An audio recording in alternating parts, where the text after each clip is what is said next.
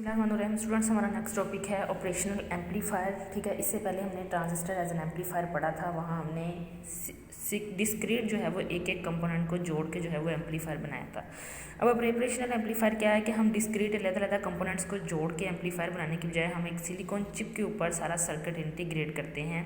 ठीक है, और इसे एक कैप्सूल में जो है वो इनक्लोज कर देते हैं, यानी कि हमें नहीं पता कि अंदर क्या लगा हुआ है, कुछ जो भी उसके अंदर जो है वो सारा सर्किट अंदर इनक्लोज होता है। ठीक है, उसकी पिन्स जो हैं वो इस तरह बाहर निकली होती हैं। इनमें से ये एक पिन आउटपुट होती है कि यहाँ से हमें आउटपुट लेनी है, यहाँ से इनपुट लेनी है। इस बॉक्स के अंदर जो है वो सारा सर्किट जो है वो एम्पलीफायर का वो सिलिकॉन चिप के ऊपर जो है वो इंटीग्रेटेड है। इसे हम बोलते हैं ऑपरेशनल एम्पलीफायर। ठीक है, अगर सिंबॉलिकली हम देखें तो इसका सिंबल अगर हमें ड्रा करना हो तो हम इस तरह सिंबल ड्रा करते हैं। एक आउटपुट टर्मिनल है और इसमें दो इनपुट टर्मिनल होते हैं। ठीक है, एक को हम नेगेटिव से और एक को पॉजिटिव से डिनोट करते हैं। एक इनपुट टर्मिनल को हम बोलते हैं वो इन्वर्टिंग इनपुट टर्मिनल है और दूसरे को हम बोलते हैं नॉन इन्वर्टिंग इनपुट टर्मिनल है। अगर हम इनपुट इन्वर्टिंग इनपुट टर्मिनल पे अप्लाई करेंगे तो ये हमारी इनपुट है जो हमने इन्वर्टिंग जो है वो टर्मिनल पे अप्लाई की, तो हमारी आउटपुट जो है वो क्या होगी, इनपुट से आउट ऑफ फेज होगी। ठीक है, इनपुट ये और हमारी आउटपुट ये आउट ऑफ फेज होगी। और क्योंकि ये एम्पलीफायर है तो आउटपुट जो है वो इनपुट से एम्पलीफाई भी हुई होगी। ठीक है, ये अगर हम कहें कि इसका एम्पलीट्यूड जो है वो यहाँ से 2 है तो यहाँ से इसका एम्पलीट्यूड जो है वो 4, 5 कुछ भी हो सकता है। ठीक है, एम्पलीफाई कर देगा। इसी तरह अगर हम इनपुट जो है वो नॉन इन्वर्टिंग टर्मिनल पे यानी कि इस प्लस वाले पे अप्लाई करते हैं तो ये हमारी इनपुट है। ठीक है, तो एम्पलीफाई होके जो हमें आउटपुट मिलेगी वो इस तरह एम्पलीफाई होगी और इन फेज होगी। ये 0 से स्टार्ट हो रहा है, ये 0 से, इसका जब 90 पे पहुंचेगा उसी वक्त ये भी 90 पे पहुंचेगा, जब ये अगेन 0 पे पहुंचेगा उसी वक्त ये भी 0 पे पहुंचेगा। ठीक है, तो ये डिफरेंस है इन्वर्टिंग और नॉन इन्वर्टिंग में। नॉन इन्वर्टिंग पे जब इनपुट अप्लाई करेंगे तो हमें आउटपुट जो है वो इनपुट के इन फेज मिलेगी और एम्पलीफाई होके मिलेगी। जब इन्वर्टिंग टर्मिनल पे हम इनपुट अप्लाई करेंगे तो आउटपुट हमें एम्पलीफाई होके मिलेगी लेकिन उसके साथ साथ आउट ऑफ फेज मिलेगी। ठीक है, अब नेक्स्ट इसकी कुछ करैक्टरिस्टिक्स हैं हमारे ऑपरेशनल एम्पलीफायर की। सबसे पहली करैक्टरिस्टिक्स इसकी इनपुट रेजिस्टेंस है। Input resistance the resistance between the inverting and non inverting input terminals. Inverting और नॉन इन्वर्टिंग दोनों इनपुट टर्मिनल्स हैं और ये आउटपुट टर्मिनल। तो हमारी इनपुट रेजिस्टेंस क्या हुई, the resistance between two input terminals. ठीक है, इसे हम RIN का नाम बोलते हैं। आइडियली जो आइडियल ऑपरेशनल एम्पलीफायर होता है उसमें ये इनपुट रेजिस्टेंस बहुत हाई होती है, या हम आइडियली कहते हैं कि ये इनपुट रेजिस्टेंस इन्फिनिटी होती है। इन्वर्टिंग और नॉन इन्वर्टिंग टर्मिनल के दरमियान ये जो इनपुट रेजिस्टेंस है ये इन्फिनिटी होती है। ठीक है, आइडियली ये है कि इन्फिनिटी होती है। प्रैक्टिकली हम कहते हैं this resistance is very large, very high value of this resistance. ठीक है, अगर ये रेजिस्टेंस बहुत ज़्यादा है तो इट्स मीन्स हमारे इनपुट इन दोनों इनपुट टर्मिनल्स के दरमियान कोई करंट ड्रा नहीं हो रहा, करंट की वैल्यू 0 है क्योंकि करंट को आगे बहुत ज़्यादा अपोजिशन का सामना है। ठीक है, दूसरी करैक्टरिस्टिक्स है इसकी आउटपुट करैक्टरिस्टिक्स और आउटपुट रेजिस्टेंस। ठीक है, ये रेजिस्टेंस होती है आउटपुट टर्मिनल और ग्राउंड के दरमियान।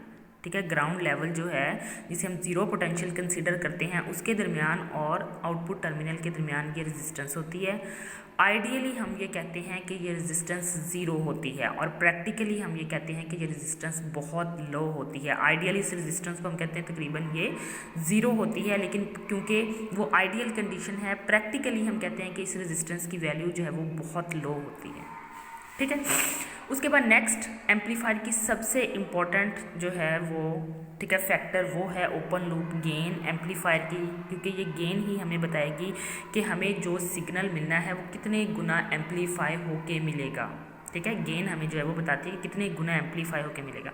ओपन लूप गेन में ये गेन जो है एक्चुअली में अगर हम गेन की बात करें तो हमारे पास गेन होती है आउटपुट डिवाइडेड बाय इनपुट। ठीक है, ऐसे ही है, लेकिन हमारे ऑपरेशनल एम्पलीफायर के केस में इनपुट जो है वो 2 टर्मिनल हैं तो हम गेन लेते हैं output divided by difference between the voltage between the 2 input terminal. ठीक है, the difference of the voltage between 2 output input terminals. ठीक है, ये क्योंकि प्लस को हम हायर पे लेते हैं तो ये आ जाएगा V plus minus V minus, ठीक है। और इसका दूसरा नाम जो है वो क्या है, इसी को हम आउटपुट इनपुट वोल्टेज बोलते हैं। जो इन दोनों टर्मिनल्स के दरमियान वोल्टेज का डिफरेंस है उसी को हम इनपुट वोल्टेज बोलते हैं, ठीक है। अब जो है इस ऑपरेशनल एम्पलीफायर में ये आउटपुट वो जो ओपन लूप गेन है बहुत हाई होती है, ठीक है।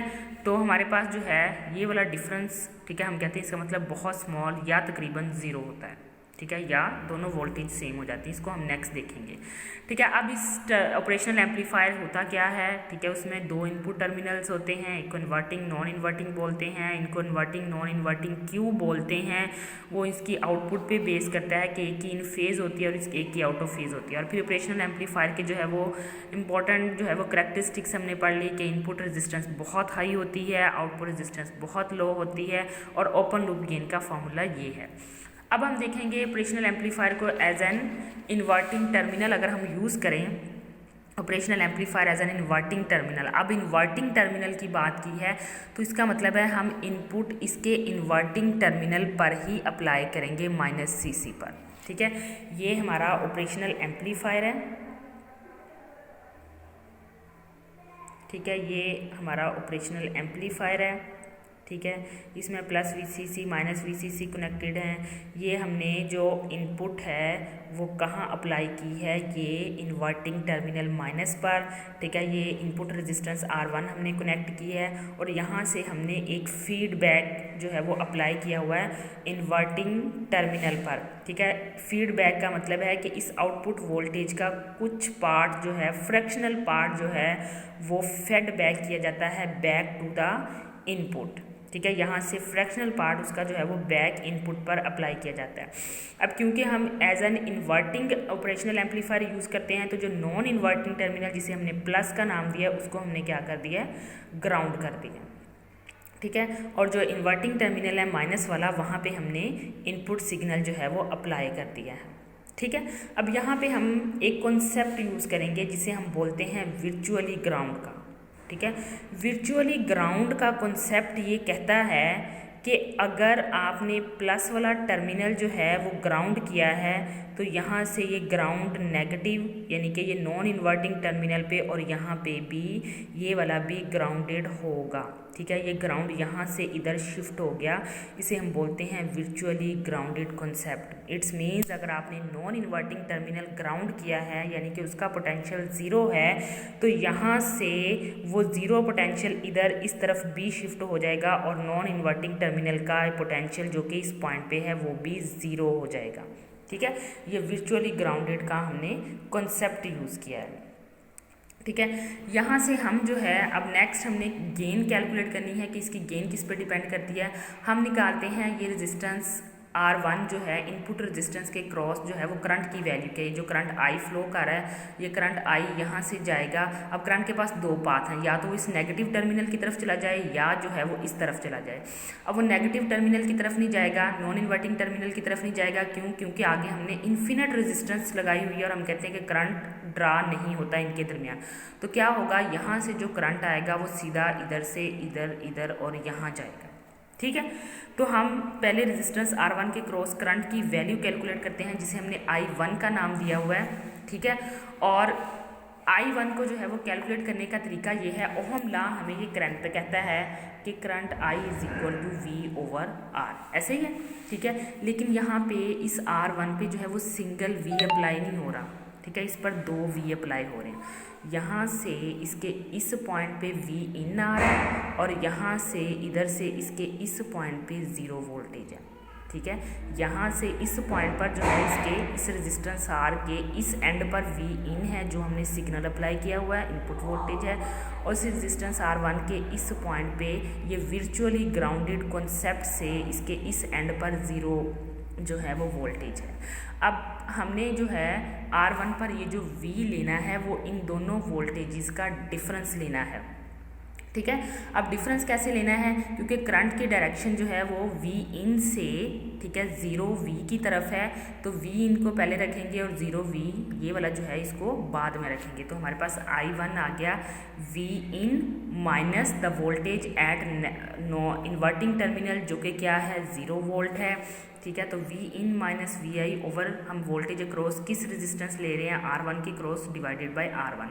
अब क्योंकि हमने वर्चुअली ग्राउंडेड का कॉन्सेप्ट यूज़ किया है तो V माइनस, अगर V प्लस ज़ीरो है तो V माइनस जो नॉन इन्वर्टिंग टर्मिनल पे है वो भी क्या है, ज़ीरो है, ठीक है। तो ये हमारे पास आ गया V इन ओवर R1। अब इसी तरह हमने जो है वो करंट लेना है, करंट की वैल्यू कैलकुलेट करनी है थ्रू R2 से। हम यही फार्मूला अप्लाई करेंगे V ओवर R, ठीक है। लेकिन इस R पर भी, इस R के इस टर्मिनल पर अगर देखें तो यहाँ से V नोट है, इस R के अगर इस टर्मिनल पर देखें तो यहाँ पे ज़ीरो है, ठीक है। तो हम इस ये जो V लिखेंगे वो क्या लेंगे, इसके दोनों एंड्स पर जो वोल्टेज हैं उनका difference divided by resistance R2। यहाँ पे ज़ीरो है और यहाँ पे V नोट है यहाँ से, ठीक है, ये V नोट है। अब क्योंकि करंट की डायरेक्शन इधर से इस तरफ है तो डिफरेंस आएगा ज़ीरो, यानी कि ये जो नेगेटिव टर्मिनल पे voltage V minus minus V note, ठीक है। तो I2 आया V minus minus V naught over R2। अब ये वर्चुअली ग्राउंड ज़ीरो था तो zero minus V naught over R2। अब हमने ये कहा था कि जो करंट यहाँ से आता है वो इस तरफ नहीं जाता, क्योंकि यहाँ पे इन्फिनिट रेजिस्टेंस है, वो सारा करंट इस तरफ चला जाता है। तो इसका मतलब I1 यहाँ से आने वाला current is equal to I2 यहाँ पर इस तरफ को जाने वाला करंट, ठीक है। तो इन दोनों करंट्स की वैल्यू को, I1 की करंट की वैल्यू ये और I2 करंट की वैल्यू ये, इन दोनों को हमने क्या कर दिया, इक्वल कर दिया। यहाँ से इस R2 को उठा के हम इधर ले गए और V2 को हम नीचे ले इस R2 को उठा के हम उधर ले गए और V को नीचे आए, माइनस का साइन उधर चला गया, तो ये हमारे पास आ गया V naught over V is equal to minus R2 over R। और output voltage divided by input voltage is equal to होता है गेन ऑफ द एम्पलीफायर, ठीक है। तो यहाँ से हमें ये पता चल रहा है कि इन्वर्टिंग जो हमारा एम्पलीफायर है उसकी गेन जस्ट इनपुट और आउटपुट पे कनेक्टेड रेजिस्टेंसेस पर डिपेंड कर रही है कि कितने गुना वो आपको सिग्नल एम्पलीफाई करके देगा। और माइनस का साइन ये शो कर रहा है कि अगर आप इन्वर्टिंग टर्मिनल पर जो है वो सिग्नल अप्लाई करेंगे तो आपको आउटपुट में सिग्नल इनपुट से आउट ऑफ फेज़ मिलेगा, ठीक है, वो उससे 180 के फेज़ डिफरेंस पर होगा। ये हमारा था operational amplifier as a inverting terminal. Next हमारे पास है operational amplifier as a non inverting terminal. Non inverting terminal है तो उसके नाम से ज़ाहिर है सर्किट हमारा वैसा ही रहेगा। फीड है बैक जो है वो हमने नेगेटिव टर्मिनल पर ही अप्लाई करना है, इनपुट रेजिस्टेंस भी हमने इसी नॉन इन्वर्टिंग के साथ कनेक्ट करनी है। बस अब करना ये है कि अब हमने जो हमारा इनपुट सिग्नल है वो नॉन इन्वर्टिंग टर्मिनल को देना है। जो इन्वर्टिंग टर्मिनल है उसको हमने क्या कर दिया, ग्राउंड कर दिया, ठीक है। अब यहाँ पे जिस तरह हमने कहा था कि जो वोल्टेज इस नॉन इन्वर्टिंग टर्मिनल पर है वो यहाँ से वर्चुअली जो है वो इन्वर्टिंग टर्मिनल पर शिफ्ट हो जाती है, यानी कि जैसे ऊपर वाले केस में हमारा नॉन इन्वर्टिंग टर्मिनल ग्राउंडेड था, ज़ीरो वोल्टेज पे था, तो वर्चुअली वो ज़ीरो वोल्टेज जो है वो इन्वर्टिंग टर्मिनल यानी कि नेगेटिव पर भी शिफ्ट हो गया और वो भी ग्राउंडेड हमने जो है वो कंसीडर किया। सेम वही हमने यहाँ पे यूज़ करना है। हमने कहना है कि जो हमारे पास वोल्टेज ये नॉन इन्वर्टिंग टर्मिनल पर है वो यहाँ से इस इन्वर्टिंग टर्मिनल पर शिफ्ट हो जाएगी, यानी कि अगर हमने नॉन इन्वर्टिंग पर V इन लगाया है तो हमारे इन्वर्टिंग टर्मिनल पर भी V इन वोल्टेज ही होगी। अब क्योंकि वोल्टेज ज़ीरो नहीं है बल्कि उसकी कुछ ना कुछ वैल्यू है, तो यहाँ पे हम यूज़ करते हैं कॉन्सेप्ट वर्चुअली शॉर्ट सर्किट का, ठीक है। वहाँ पे क्योंकि वोल्टेज ज़ीरो थी, ज़ीरो मीन ग्राउंड, ज़ीरो को हम ग्राउंड बोलते हैं, तो इसलिए वर्चुअली ग्राउंड का यूज़ किया। तो यहाँ पे हम यूज़ करते हैं वर्चुअली शॉर्ट सर्किट का कॉन्सेप्ट। हम कहते हैं कि जो नॉन इन्वर्टिंग टर्मिनल पे वोल्ट थी वो यहाँ से वर्चुअली शॉर्ट सर्किट इस इन्वर्टिंग टर्मिनल पर भी वही वैल्यू होगी, यानी कि इस पॉइंट पर भी वोल्टेज की वैल्यू V इन ही होगी, ठीक है। अब हमें सेम वैसे ही रेजिस्टेंस करंट कैलकुलेट करना है। हमारा करंट फ्लो कर रहा है R1 में से और R2 में से। सेम हमें जो है वो current through the resistance R1 calculate करना है, current through the resistance R2 calculate करना है। तो वही फार्मूला ओहम लॉ लगाएंगे, I is equal to V over R, ठीक है। जब R1 की बात करेंगे तो V ओवर R1 आ जाएगा। अब R1 के दोनों एंड्स पर वोल्टेज डिफरेंट है, यहाँ पे ग्राउंड किया हुआ है तो ज़ीरो है, यहाँ पे वर्चुअली शॉर्ट सर्किट की वजह से V इन है।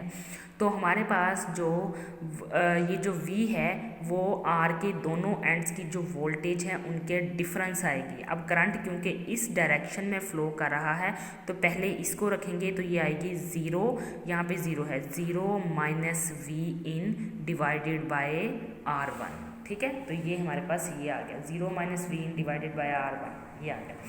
सिमिलरली जब हमें R2 के क्रॉस करंट की वैल्यू कैलकुलेट करनी है तो R2 के दोनों एंड्स पर वोल्टेज डिफरेंट है, यहाँ से V इन है और यहाँ से V आउटपुट है। ठीक है, तो यहाँ पे ये जो हम V लेंगे वो इन दोनों एंड्स की वोल्टेज का डिफरेंस लेंगे। अब करंट की डायरेक्शन ये है तो पहले हम इस एंड की वोल्टेज को रखेंगे जो कि V इन है, तो ये आ जाएगा V इन माइनस इस एंड की वोल्टेज जो कि V नोट है माइनस V नोट, तो ये आ गया V in minus V note और डिवाइडेड बाय R2। अब क्योंकि यहाँ से जो करंट आता है वो इस तरफ नहीं जाता क्योंकि आगे इन्फिनिट रेजिस्टेंस लगी है, वो सारा करंट इधर जाता है, तो यहाँ से आने वाला करंट और यहाँ से जाने वाला इस तरफ को जाने वाला करंट दोनों सेम है, तो हम इस I1 करंट की वैल्यू और इस I2 करंट की वैल्यू दोनों को इक्वल रख देंगे। ठीक है, यहाँ से हमने V इन को जो है इनका एलसीएम अलग कर दिया, ये कुछ इस तरह हो गया, ये आ गया V इन over R2 minus V naught over R2।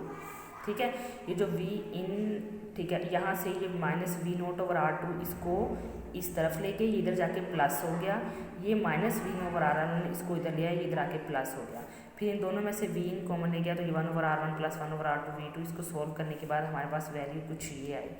ठीक है, ये जो वैल्यू है ये गेन है, जब हम इन्वर्टिंग टर्मिनल को यूज़ करेंगे तो ये वैल्यू हमें बताती है कि गेन जो है वो 1 माइनस R2 ओवर R1, यानी कि अगेन जो है वो गेन रेजिस्टेंसेस पर डिपेंड कर रही है। ठीक है, और क्योंकि यहाँ पे कहीं भी माइनस का साइन नहीं है तो इट्स मीन्स जो हम इनपुट देंगे हमें आउटपुट एम्पलीफाई होके तो मिलेगी लेकिन उसका फेज चेंज नहीं होगा, हमें सेम जो है वो वैसे की वैसी मिलेगी। तो ये हमारे पास था ऑपरेशनल एम्पलीफायर। ठीक है, और आगे उसका जो है कि उसके जो दो टर्मिनल्स हैं इन्वर्टिंग और नॉन इन्वर्टिंग टर्मिनल, ठीक है, उनकी गेन कैसे कैलकुलेट की जाती है और उन पर सिग्नल अप्लाई करेंगे तो हमारी आउटपुट जो है वो कैसी होगी।